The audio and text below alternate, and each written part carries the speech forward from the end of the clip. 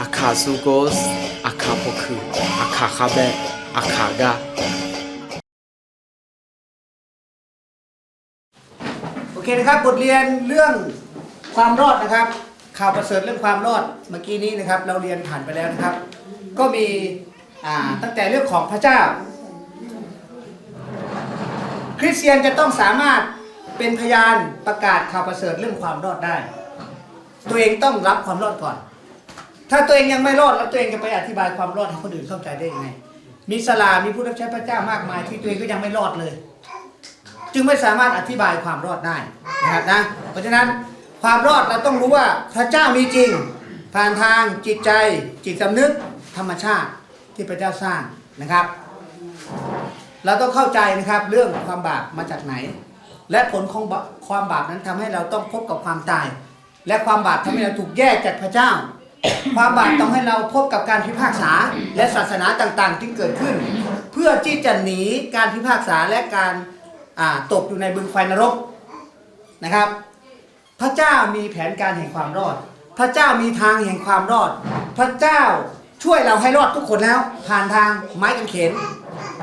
แต่สิ่งที่สำคัญที่สุดคือคนที่จะรอดได้ต้องทำไงครับต้องเชื่อด้วยใจรับด้วยปากเชื่อด้วยใจจริงๆจึงจะรอดได้คนที่จะเข้าสวรรค์ได้ต้องเป็นลูกของพระเจ้าเท่านั้นบนสวรรค์ไม่มีคริสเตียนแม้แต่คนเดียวเข้าใจไหมครับ บนสวรรค์ไม่มีคริสเตียนแม้แต่คนเดียวแต่บนสวรรค์มีแต่ลูกของพระเจ้าเท่านั้นนะครับโอเคดูมัทธิวบทที่7ข้อ21ถึง23นะครับหลายคนที่ไม่มั่นใจความรอดนะครับจะเป็นอย่างนี้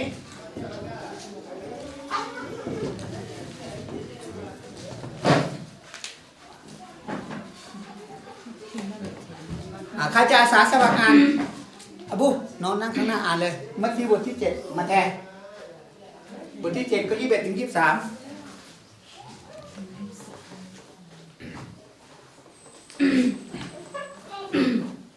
ก็ประมาณงานประมาณมาสิงาอ๋อสังพาโอและข้าคู่ชอหาโยกานาลูมีเยอุลอละเวยาอุเลแม่ยาอุเลมังเงอาเควตาจองาดานึมาชานีชอหาแต่ยาอุเลแม่เควเงนอสังพาโองามาโนชอมยองเวดอมแม่มังเงอาโลงาชอมยองเวเดก็เดียวเดก็เดก็เทดัวเบา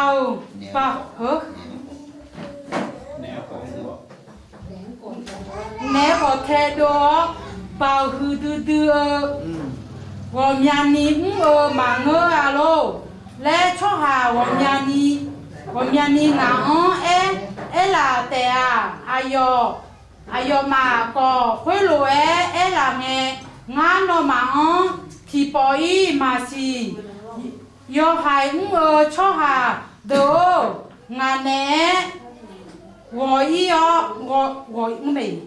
วอยและงาอายมาต่องายมาดชุนีเอเนมาอาเมนมัทธิวบทที่7นี้นะครับเป็นภาพที่จะเกิดขึ้นในอนาคตที่หลายคนไม่สนใจความรอดไม่มั่นใจความรอดไม่เข้าใจความรอดและมโนเองว่าตัวเองรอด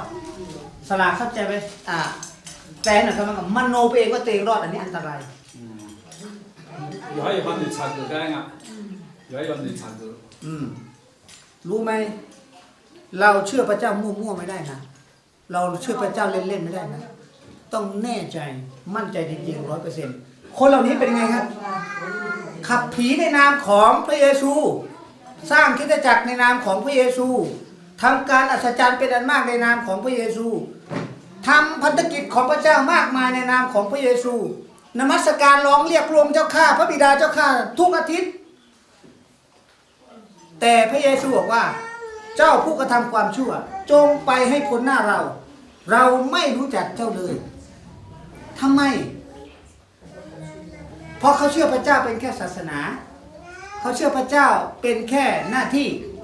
เขาเชื่อพระเจ้าแต่ไม่เข้าใจความรอด ถ้าเราจะดูภาพคนเหล่านี้ที่เชื่อพระเจ้าแต่ไม่รอด เราเห็นในพระธรรมยากอบ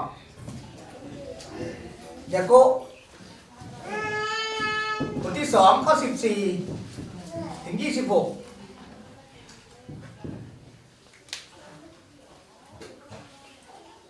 คนเหล่านี้นะครับ เป็นคริสเตียนเต็มโบสถ์เลย แต่ไม่รอดเดี๋ยวขอสลาอาชองอ่านให้หน่อยครับยากอบบทที่2ข้อ14ถึง26เพราะฉะนั้นเราต้องมั่นใจความรอด 100% จริงๆอ่านครับ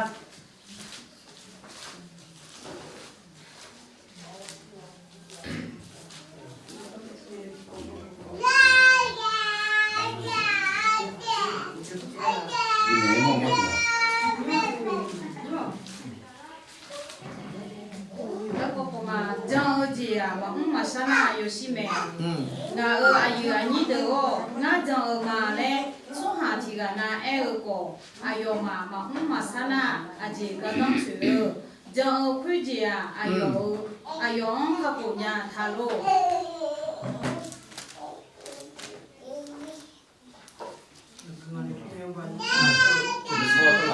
ถึง26เลยครับ26个嘛的。阿姨阿你卡里呀，提个那没去，嘛家有的，提那菜提那早都嘛家那，那嘛老亏提个那阿勇，拉卡切达尼我伊哦，路波尼做伊哦，提的在伊哦嘞，安尼个阿勇路诶，那嘛比奶奶阿姐个当时会路诶都你张儿子呀，嘛啥那有些没，那啊张儿妹俺嘛啥嘛嘞，那嘛提个那么怕，提这伊嘛啥诶，那张儿妹那张。nó giờ mẹ má lắm nè mẹ là ngã hà mờ sa là quê ngã giờ nó mà mẹ nè mà lẽ ngã ép cô nè mỏ mi ye thì gà té giờ mẹ lẽ nó mà giờ ngã là nó mà giờ quê cha mẹ nè đờ co giờ gu yo zu mẹ mà sao nữa nhà ở chỗ hảo mà sao ở gì mà sao ở gì thì gì ý cái đó mà chứ đấy nó mà yo mừng sao nữa yo mừng xì bò mía lo ada yozong Abraham ayo ali ijang lo du kita lo ne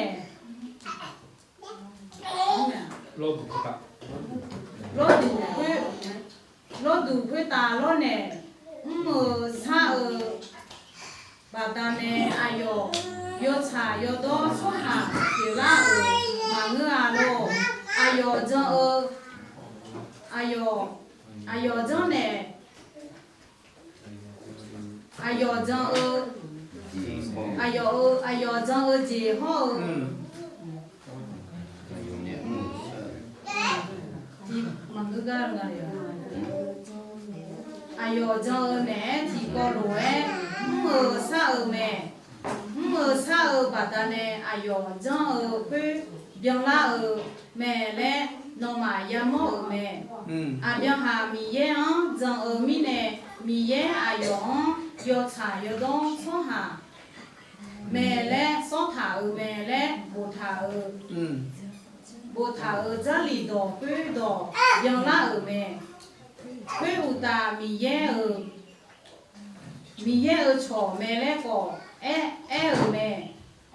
quê mi nè số hà thì gà na dòng ở mi nè té yo chả yo đo số hà biểu la ở bằng ngư à ở xa ở mi nè cỏ yo chả yo đo số hà biểu la ở mẹ lẽ nó mà ya xì mẹ quê lúa tu ni là ya lên mờ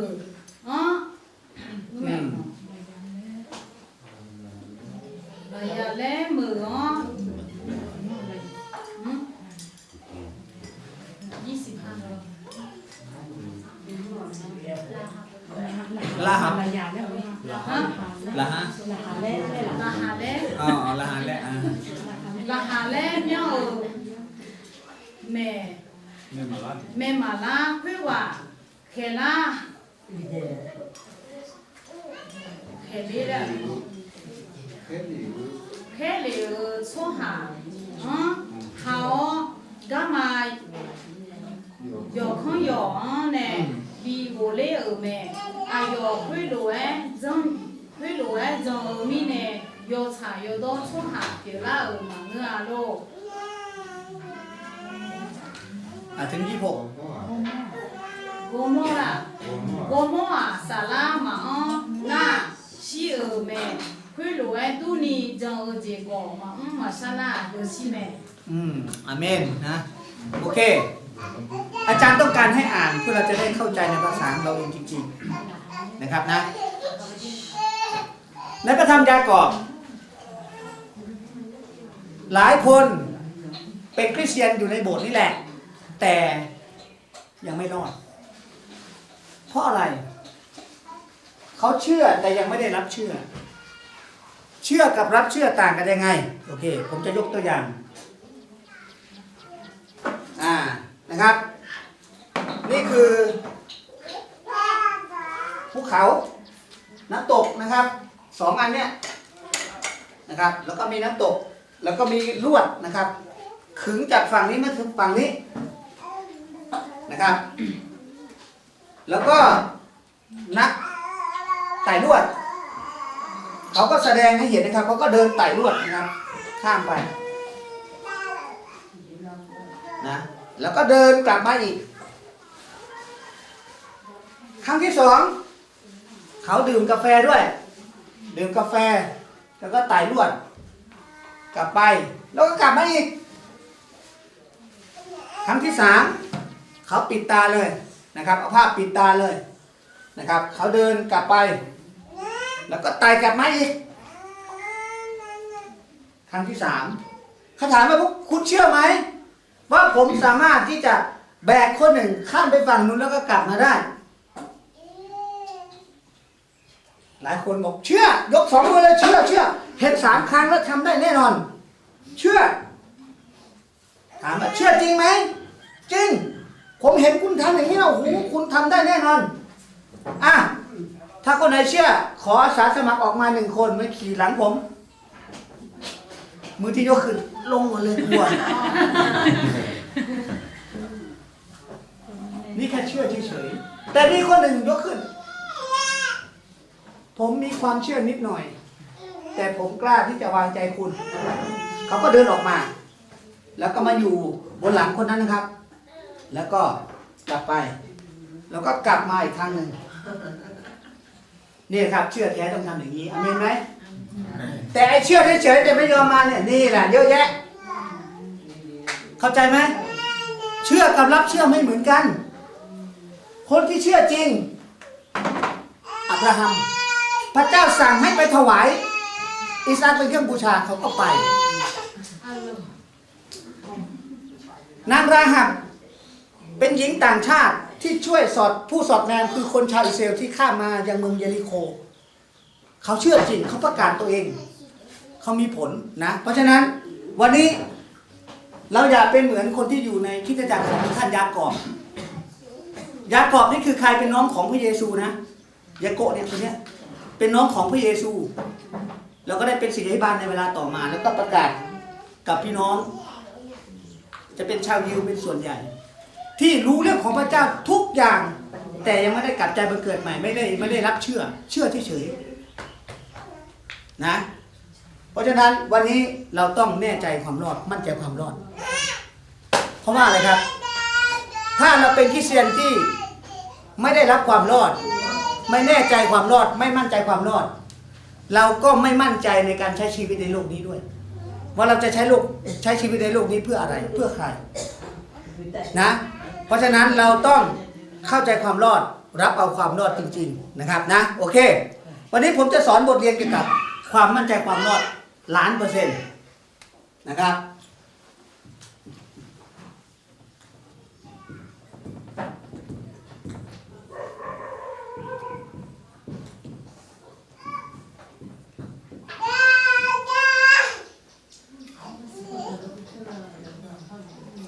ภาษาขาดมั่นใจความรอดอะไรครับ不会讲那么些那么多。นะครับเราต้องมั่นใจความรอด 100%นะโอเคเราจะมั่นใจความรอดได้ยังไงครับ1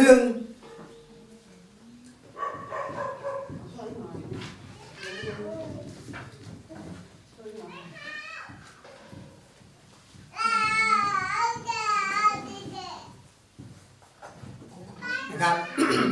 เรามั่นใจในความรอดได้ 100% เพราะพระเยซูฟื้นขึ้นจากความตายนะครับ1 เปโตร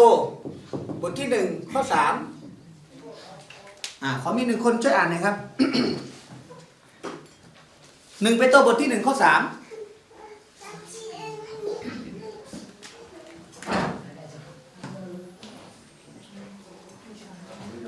ติเปตุลุ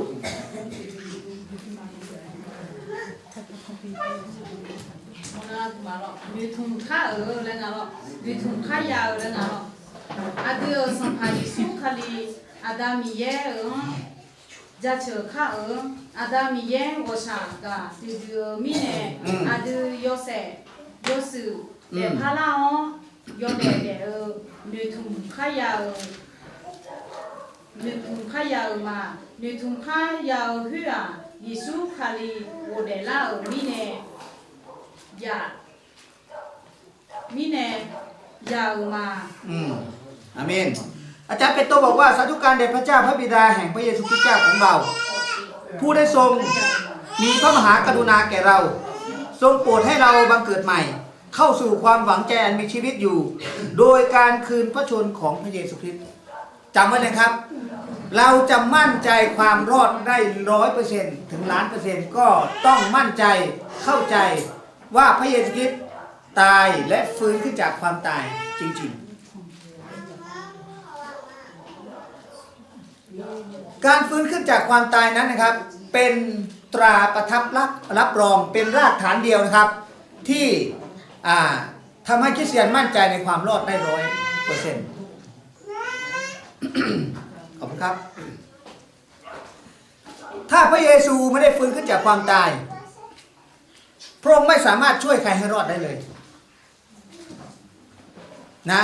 คริสเตียนไม่สามารถที่จะได้รับความรอดไม่สามารถที่จะมีความรอดถ้าคริสเตียน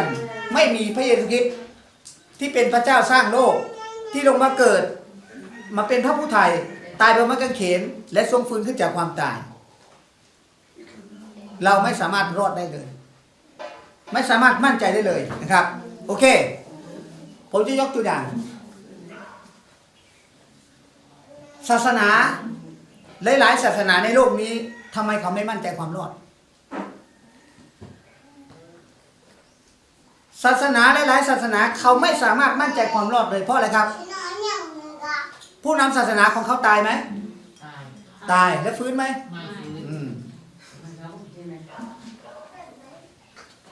และมีผู้เดียวที่ตายแล้วก็ฟื้นขึ้นจากความตายชนะความตายได้คือใครครับ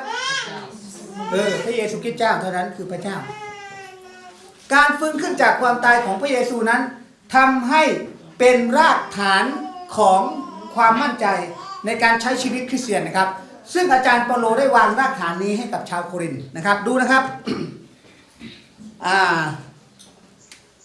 1 โครินธ์บทที่15ข้อ3ถึงข้อ8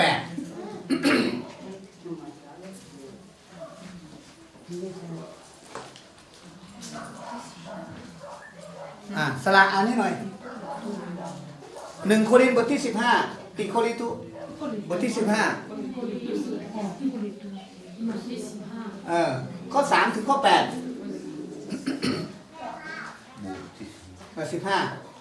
ข้อสาม ถึงข้อ 8 งานเนี่ยถ้าคือดูก็พอนอมังงาบินเอมาขวาจะลีลาเฟบุตรล้วนอาดูอีบ้าก็ดูขาลีชิวก็ห้องจะลีลาเฟบุตรล้วนอายอชิออบาพงกางเงสุนงกุลานามีเจเนฮับบีอุเดลาอุกะกอฮูฮุนาบิตุลูฮูซาลงชินิกาบีโมเลวกะกอแม่ข้อถึงไหนดัง แค่นั้นเลยครับ แล้วก็อ่านข้อที่18 17 18 19เลยครับ 18 17 18 19เลย คาลิยงมาบิวเดลาลอนมาน้องมาอูจงจียงเอปิออนยอข้าวอีบาลาเพจอลูเตอาคาลิยงจงชีโจช่องหาดูก็พีบีพีบีบิวอีจีเตอาคาลีลาเพอดูนุทุมขวาอันยุงเดลูคุซีกะดูเดมือดีเงือลอนาอดูวอซาซาเอเรดูเตอาอาเมนนะก็ตุกาถ้าพระเยซูคริสต์ไม่ได้ฟื้นขึ้นจากความตายความเชื่อของเราไม่มีประโยชน์คำสอนของเราไม่มีประโยชน์ศาสนาของเราไม่มีประโยชน์ทุกสิ่งที่เราทำไม่มีประโยชน์เราเป็นพวกที่น่าสงสารที่สุดนะแต่เราต้องภาคภูมิใจและต้องขอบคุณพระเจ้าที่เราไม่ต้องอายที่เราไม่ต้องมีความวิตกกังวลหรือกลัวชีวิตหลังความตายอีกแล้วเพราะพระเยซูคริสต์ทรงฟื้นขึ้นจากความตายนะครับนะปัญญาจารย์นะครับบทที่9ข้อ4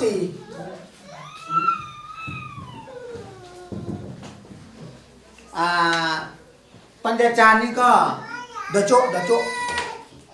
บทที่9ข้อ4บอกว่า คนที่ มอบชีวิต คนที่มอบชีวิตไว้กับคนที่ชนะความตาย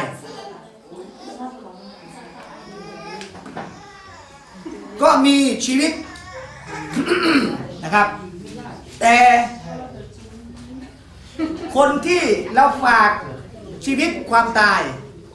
ไว้กับคนที่ตายเราก็ไม่สามารถมีความหวังหมาที่เป็นยังดีกว่าสิงโตที่ตายโอเคสลาเจอไหมอ่านให้หน่อยภาษาขามีไหมครับ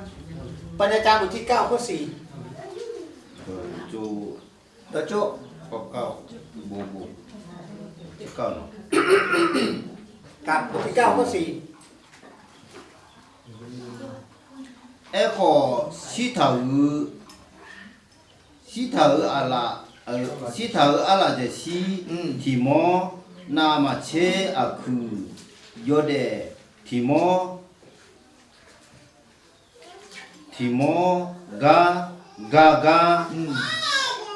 เจอุลเวเดลูช่องหาดูเนเอคายุ่งมากัดเจลวยโอเคเสร็จแล้วใช่ไหมเดินแน่ขยะเด็กชอบเกิดนี่ในถุงยาวในถุงยาวไงพูดง่ายๆหมาที่เป็นเนี่ยยังดีกว่าสิงโตที่ตายเห็นไหมครับ สิงโตเปรียบเหมือนกับศาสนาที่ยิ่งใหญ่มาก ของมนุษย์ที่เชื่อในโลกนี้ แต่สุดท้ายตาย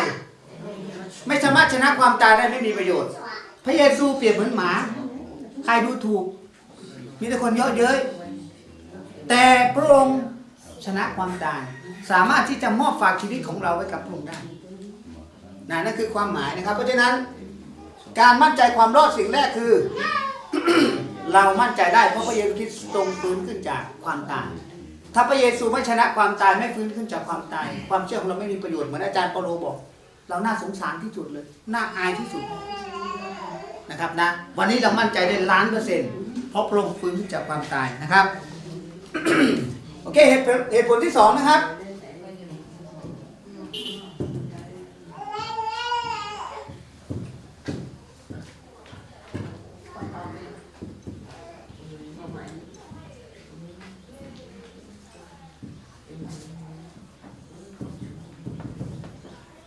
โอเคเหตุผลที่2เรามั่นใจความรอด100%เพราะเรามีนะครับพระคัมภีร์เป็นคำพูดของพระเจ้าเป็นคำสัญญาของพระเจ้าที่พระองค์ทรงรับรองนะครับคำสัญญาแรกนะครับยอห์นบทที่3ข้อที่16ใครเชื่อบางใจได้รับความรอดชีวิตนิรันดร์บทที่1ข้อที่2ใครรับด้วยปากเชื่อในใจได้รับสิทธิเป็นบุตรของพระเจ้าได้เข้าสวรรค์นะครับนะโอเค พระคำของพระเจ้าสัญญากับเราแน่นอน 100% นะครับโรมบทที่8ข้อ1ขอให้1คนช่วยอ่านครับ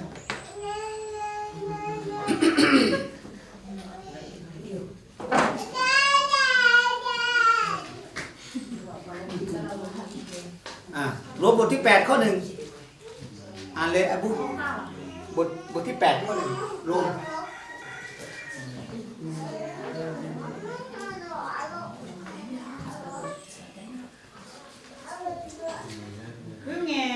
Thứ nghe nè mì ye Giêsu khali gặp hơi cho số hà đời à Yoshi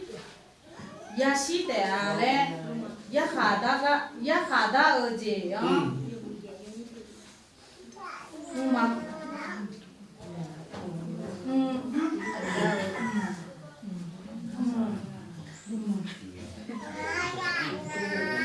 Yakhada ở gì á phải về pha โรมบทที่8ข้อ1 gia tập nè ข้อเดียว mà khai gia tập nè โอเคความหมายในภาษาไทยบอกว่าเขตชนะการพิพากษาลงโทษจึงไม่มีแก่คนทั้งหลายที่อยู่ในพระเยซูคริสต์คือคนที่รับด้วยปากเชื่อด้วยใจเป็นบุตรของพระเยซูคริสต์แล้วเนี่ยไม่ต้องถูกพิพากษาแล้วมั่นใจได้เลย100%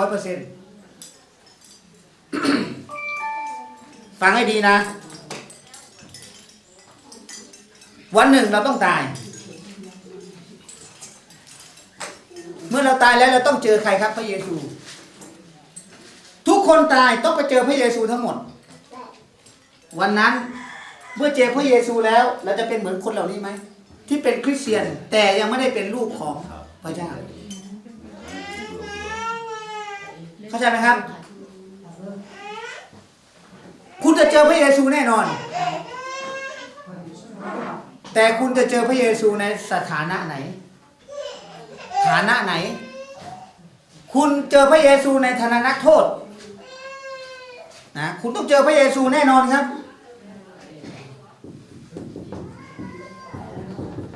คุณจะเจอพระเยซูในฐานะไหน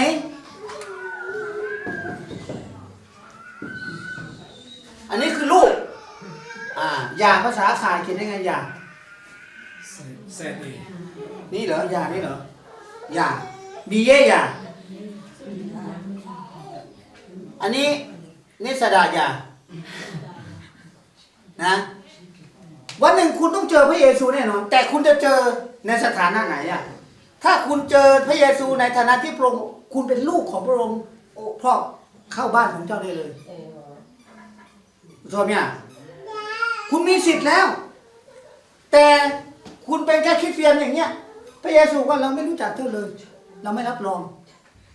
นะเพราะฉะนั้นในพระธรรมยากอบเหมือนกันมีหลายคนเป็นคริสเตียนอยู่เต็มโบสถ์แต่ยังไม่รอดเพราะฉะนั้นอันตรายนะคุณต้องแน่ใจว่าคุณเป็นลูกของพระเจ้านะครับอันนี้สำคัญที่สุดเนี่ยบทเรียนความมั่นใจความรอดนี้นะครับเพราะฉะนั้นพระคัมภีร์สัญญาแน่นอนครับยอห์นบทที่3ข้อที่16ผู้ที่เชื่อวางใจในพระบุตรนั้นจะไม่พินาศแต่มีชีวิตนิรันดร์ใครเป็นลูกของพระเจ้าได้สิทธิเข้าสู่แผ่นดินสวรรค์ของพระเจ้าโรมบทที่8ข้อ1ใครที่เป็นลูกของพระเจ้าอยู่ในพระคริสต์จะไม่ถูกลงโทษเลยจะไม่ถูกพิพากษาเลย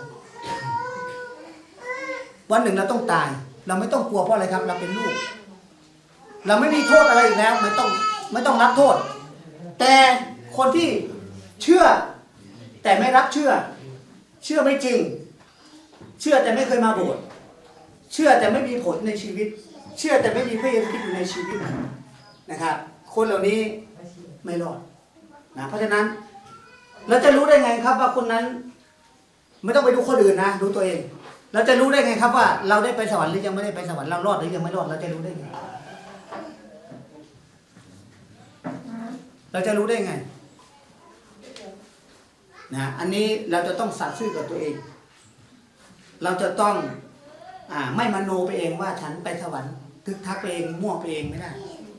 เราจะต้องแน่ใจเราจะต้องมั่นใจแล้วจะต้องรู้ว่าตัวเอง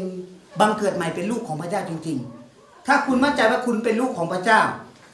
คุณได้รับสิทธินั้นนะครับนะโอเคเพราะฉะนั้นเราต้องแน่ใจมั่นใจในเรื่องความรอดนะครับ3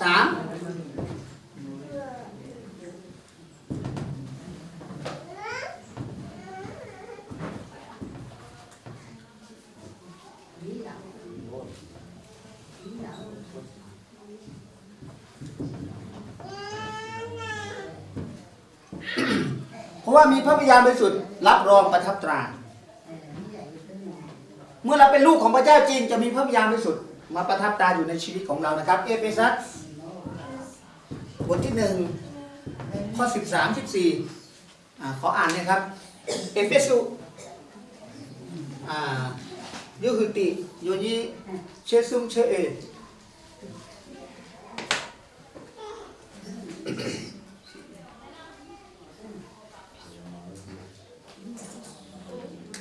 Noma joga hapu uji biku liu lakacheu gulondo piu yocha yodo dong jagao mizeu chongha piu lau me Noma khalion zon mizene saja jata ulue mu sou yo somiye biu la pu ayo chongha bipiu jeu gadu nomang jung bidi jung bi ta une อาเมนเพราะฉะนั้นผู้ที่เชื่อนะครับจริงๆเมื่อเขาได้ยินข่าวประเสริฐนะครับตั้งแต่พระเจ้าสร้างโลกมนุษย์ตกบาปและพระเจ้ามีแผนการไถ่บาปผ่านทางพระเยซูคริสต์บนไม้กางเขนพระองค์ตายไถ่บาปให้กับเรารับด้วยปากเชื่อด้วยใจเมื่อเขาได้ต้อนรับพระเยซูคริสต์ด้วยปากด้วยใจในโรมบทที่10ข้อ9ข้อ10พระวิญญาณบริสุทธิ์เข้ามาประทับรับรองอยู่ในชีวิตของเขาเขาจะมีพระวิญญาณบริสุทธิ์อยู่ในชีวิตของเขานะยศมีแยนะครับพระวิญญาณบริสุทธิ์นี่แหละอยู่ในชีวิตของเขานะครับซึ่งเป็นพระวิญญาณที่จะประทับรับรองว่าเขาเป็นผู้เชื่อที่แท้จริงนะครับเราจะรู้ได้ไงครับว่าเรามีพระวิญญาณบริสุทธิ์แล้วกาลาเทียบทที่5ข้อ22-23กาลาติใช่ไหม Berarti yoku nga นี่คือผลของพระวิญญาณ 15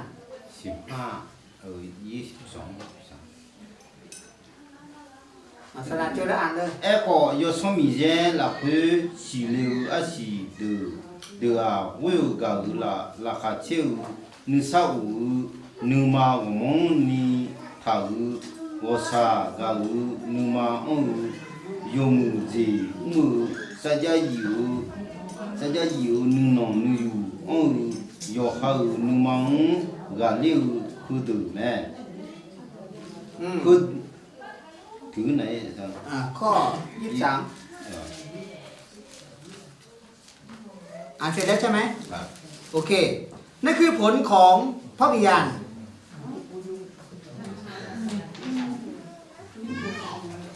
นะครับนี่คือพระธรรมกาลาเทียนะผลของพระวิญญาณ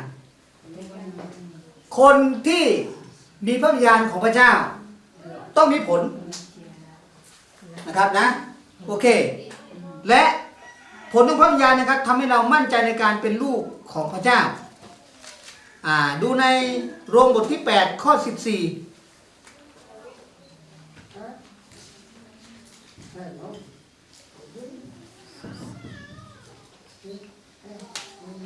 โรมบทที่ 8 ข้อ 14 พระวิญญาณประทับรับรองประทับตราเราเพื่อให้เรามั่นใจว่าเราเป็นลูกของพระเจ้า Roma nhiều khi มีเจ้าอยู่สงมีเยอะอยู่สงสุเกอุแม่สุเกอุแม่น้อง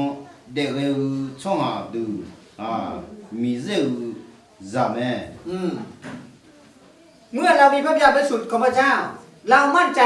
100% มั่นใจทันทีว่าเราเป็นลูกของพระเจ้าเลยนะโอเค เพราะฉะนั้นวันนี้เราจะมั่นใจความรอดได้ เราต้องมั่นใจเข้าใจว่าพระเยซูคริสต์ตายแล้วก็ฟื้นขึ้นจากความตาย เราจึงจะวางใจและมอบชีวิตของเราไว้กับพระองค์ได้เราต้องมีพระคำของพระเจ้านะครับ ที่ให้ความมั่นใจ 100% ครับ รับรองว่าคนที่เชื่อในพระองค์นั้นไม่ต้องถูกพิพากษาได้รับความรอดชีวิตในนั้นแน่นอนนะครับพระคัมภีร์สัญญา 3. เรามีพระวิญญาณบริสุทธิ์ประทับรับตารับรองไว้แล้วนะครับนะเรามั่นใจได้ 100% นะโอเค เราจะรู้ได้ไงครับว่าคนนั้นมีพระวิญญาณบริสุทธิ์ของพระเจ้าดูที่ผล แต่มีอยู่สิ่งหนึ่งที่คนไหนที่มีความคิดแบบนี้ เขาเป็นลูกของพระเจ้าแน่นอนลักษณะนะครับโอเคดูนะครับ1 โครินธ์บทที่ 10 ข้อ 31นี่คือลักษณะของพระวิญญาณที่อยู่ในชีวิตของคนคนนั้นเขาจะทำสิ่งนี้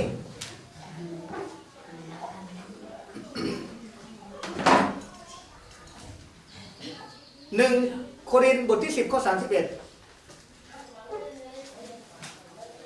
คนมีเนี่ยจ่ามาโตมาข้างข้าเศร้าอยู่ดีนั่นมีเจ้าอยู่เสกของเสดูลานีหมอชัดเจนไหมฟังไว้เลยนะ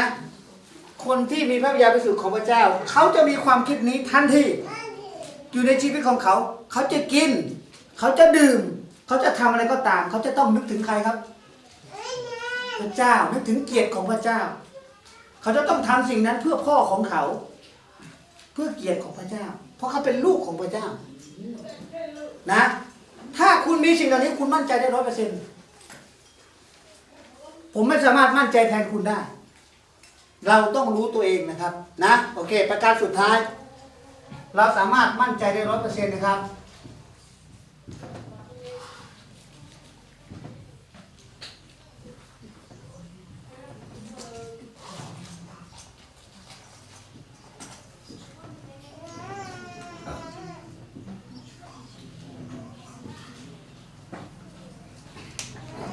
เพราะเรามีชื่อ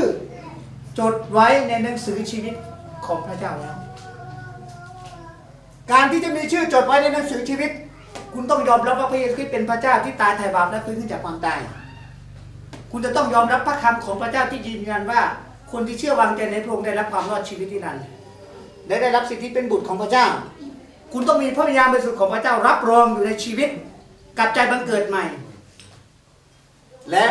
คุณจะมีชื่อจดไว้ในหนังสือชีวิตของพระเจ้าทันทีนะครับดูนะครับในพระธรรมพิพรเพื่อแม่ชโบบทที่20ข้อ14 15บทที่21ข้อที่27คนไหนเจอแล้วอ่านเลยครับอันนี้วิวรณ์นะครับเพื่อแม่ชโบ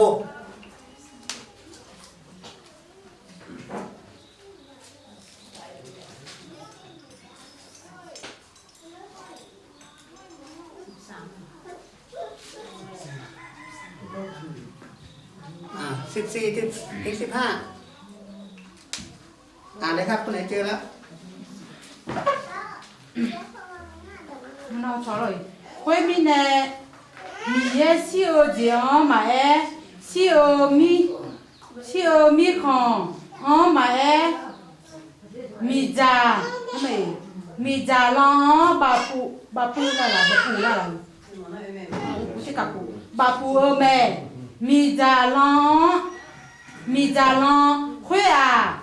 mi ba thì mày mi ba thì ba si ô dê biểu mẹ salade ô dê là salade ô dê dê là gì ใช่ไหม salad จะล่าล่ะ salade ô salad là khuê chom nhang mà bố họ thà cho hà đồ to lú mi già long bà puแม่ อาเมนนะอ่านแค่นี้ก็พอนะอันนี่เหมือนกัน ถ้าผู้ใดไม่มีชื่อจดไว้ในหนังสือ แห่งชีวิตของพระเมสสโปรดกผู้นั้นจะเข้าไปในแผ่นดินสวรรค์ของพระเจ้าไม่ได้ และเขาจะต้องถูกทิ้งอยู่ในบึงไฟนรกตลอดนิรันดรนะเพราะฉะนั้นวันนี้คุณจะต้องแน่ใจมั่นใจว่าชื่อของคุณถูกจดไว้ในหนังสือชีวิตแล้ว มีชื่อก็มีสิทธิ์ไม่มีชื่อไม่มีสิทธิ์คนที่ไม่มีชื่อคือคนเหล่านี้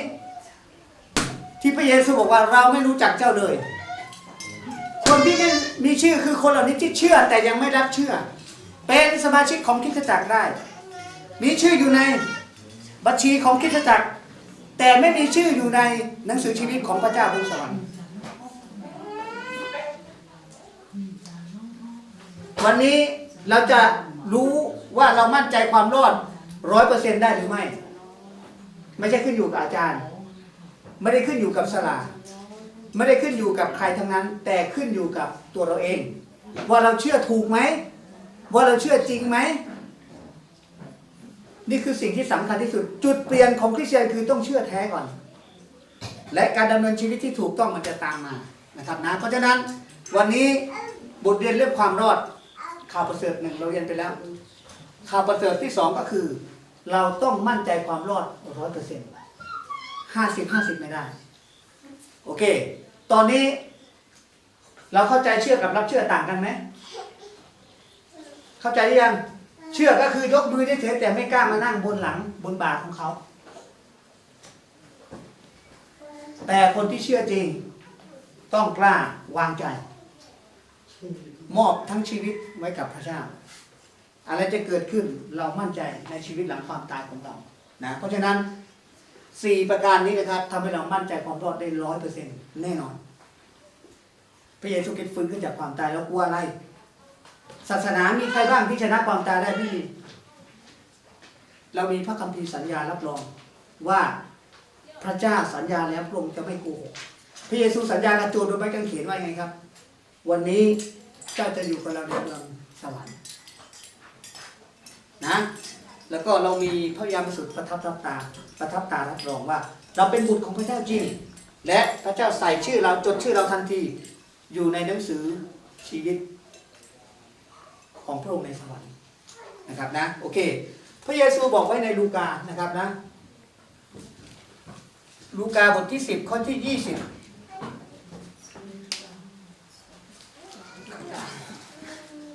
ลูกาบทที่10ข้อ20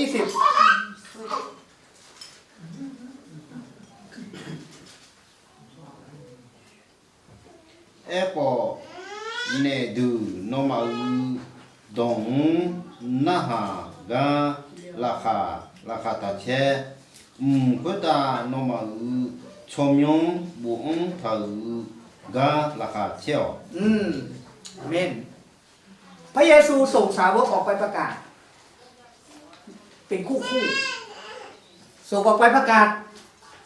และเขาก็กลับมารายงานพระเยซู เขามารายงานว่ายังไงเขาขับผีได้เขาทำการอัศจรรย์เขารักษาโรคเขาทำการมีอิทธิฤทธิ์ยิ่งใหญ่มากมายแต่พระเยซูบอกว่าเราไม่ต้องการคำเหล่านี้เราไม่ต้องการให้เจ้าทำสิ่งเหล่านี้แต่พระเยซูบอกว่าอย่าดีใจอย่าไปหลงประเด็นที่ออกไปประกาศขับผีรักษาโรคเนี่ยแต่สิ่งที่สำคัญที่สุดคืออะไรครับจงดีใจราคาเชลใช่ไหมเปปรีที่ชื่อของเจ้าถูกจดไว้ในหนังสือชีวิตแล้วอันนี้สำคัญที่สุดเราต้องประกาศความรอดถ้าผมอยากได้สมาชิกเต็มโบสถ์ง่ายนิดเดียวใช่ไหมอาจารย์งวดนี้ผมจะให้ออกอะไรผมใบ้ได้เลยเต็มโบสถ์เชื่อพระเจ้าแล้วดีเชื่อพระเจ้าแล้วรวยเชื่อพระเจ้าแล้วถูกหวยเชื่อพระเจ้าแล้วเจริญรุ่งเรืองใครไม่อยากจะมาเป็นคริสเตียนแต่พระเยซูพูดอย่างนั้นไหมไม่เลยใครที่เชื่อในเราจะต้องพบกับความทุกข์ยากลำบากการถูกกดขี่ข่มเหงท่านต้องแบกกางเขนตามเรามาเอาชนะตัวเองดำเนินชีวิตให้ถวายเกียรติแด่เราเป็นเกลือเป็นความสว่างของโลกนะเพราะฉะนั้นนี่คือสิ่งที่คริสเตียนแตกต่างจงเชื่อพระเจ้าเพราะความรอดอย่าเชื่อพระเจ้าเพราะจะได้นั่นเพราะจะได้นี่แต่เชื่อพระเจ้าเพราะจิตวิญญาณนี่สำคัญที่สุดนะครับสุดท้ายนะครับมัทธิวนะครับบทที่16ข้อ26บอกว่าคนที่ไม่สนใจความรอดนั้นจะเสียใจที่สุด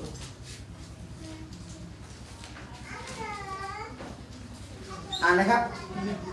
มัทธิวบทที่16ข้อ26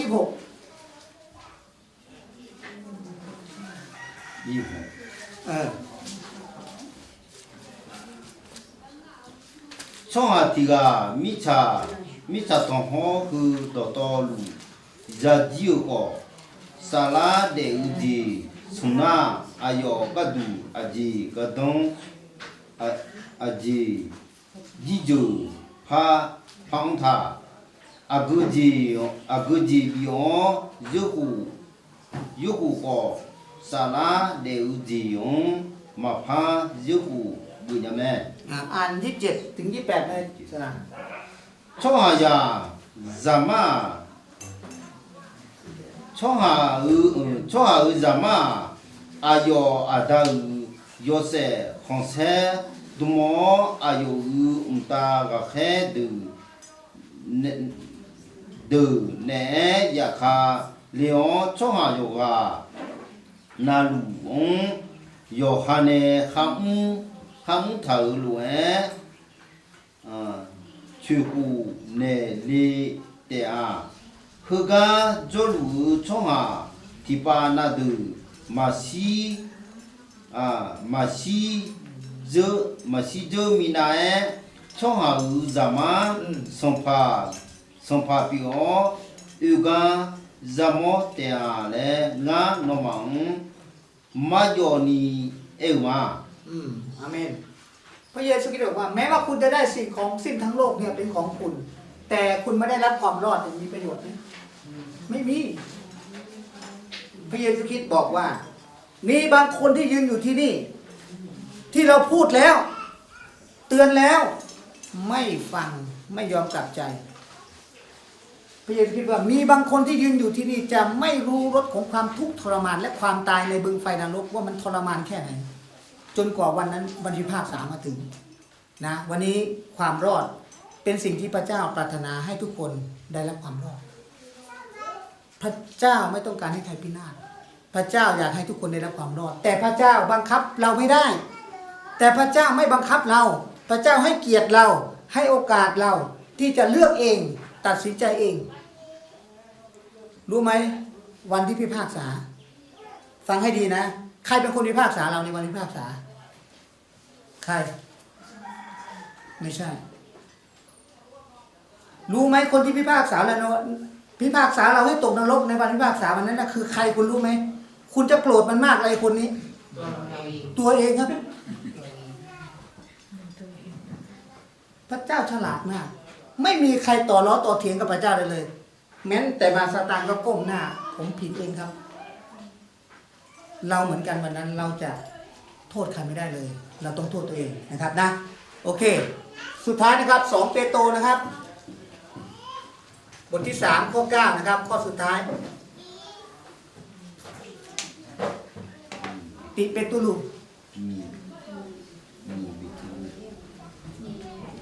อ่านดังๆนะครับข้อนี้สำคัญ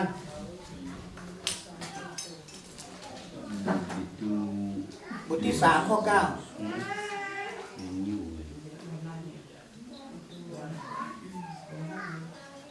9son pas misère chonga tipa na du nu loin ayo ne sajada tha ji mang byong ni na misère manga epo chonga tiga yi mabi bu mabi lu mabi sei mo mi ne doto lu iba binu pu gadu ayo olu ji piu me อาเมนรู้ไหมทำไมพระเยซูยังไม่เสด็จกลับมา พระเจ้าคอยเราที่จะรอด คอยสามีของเราคอยภรรยาของเราคอยพี่ของเราคอยน้องของเราคอยญาติของเราคอยพี่น้องอาขาที่อยู่ลาวคอยพี่น้องอาขาที่อยู่เวียดนามคอยพี่น้องอาขาที่อยู่จีนคอยพี่น้องอีกหลายคนที่ต้องการความรอด เมื่อเราได้รับความรอดแล้วเราต้องประกาศความรอดนะครับนี่คือพระสัญญาของพระเจ้านะครับเพราะฉะนั้นวันนี้เราต้องแน่ใจความรอดมั่นใจความรอด 100% วันหนึ่งเมื่อผมไม่เห็นพี่น้องที่นั่งอยู่ที่เนี่ยอยู่บนสวรรค์โอ้โหผมจะผิดหวังมากผมจะเสียใจที่สุดเลยนะเพราะฉะนั้นวันนี้ความรอดเป็นเรื่องของเรากับพระเจ้าเป็นเรื่องที่เราต้องตัดสินใจเลือกเองตัดสินใจเองบังคับกันไม่ได้แต่ถ้าคุณไหนฉลาดเลือกความรอดไว้ก่อนและพระพรอื่นๆมันก็จะตามมาเนาะโอเควันนี้ขอพระเจ้าอวยพรนะครับบทเรียนความรอดและความมั่นใจความรอดนะครับขอพระเจ้าอวยพรพี่น้องทุกท่านนะครับหมดเวลาให้ฉลาดเลยครับ